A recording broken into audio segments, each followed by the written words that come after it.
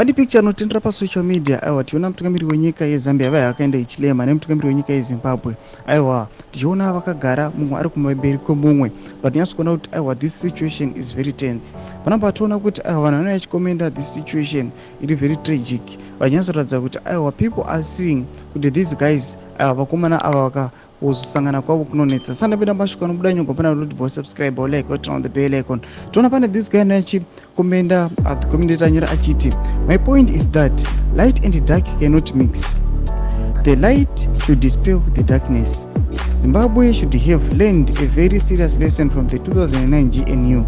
Even MT Morgan Tsvangirai got gobbled up, and we can never build on a rotten foundation. The rotten foundation need to be torn down and rebuilt with the righteousness, of which peace is a fruit.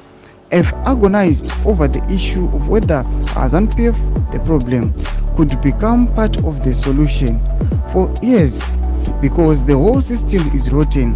Maybe if the old guard retired or were literally pushed out, but to date there is not one iota of the dependent heart in ZANU-PF, and not an administration of any wrongdoing.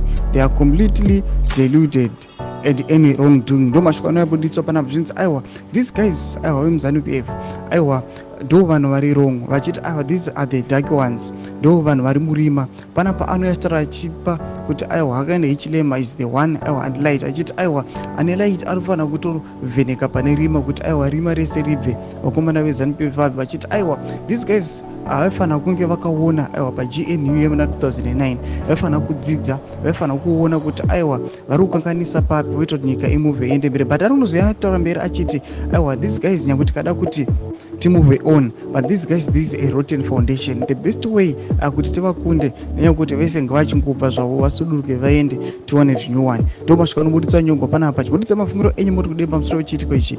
Bvina comment section medu musano subscribe or like and turn on the bell icon.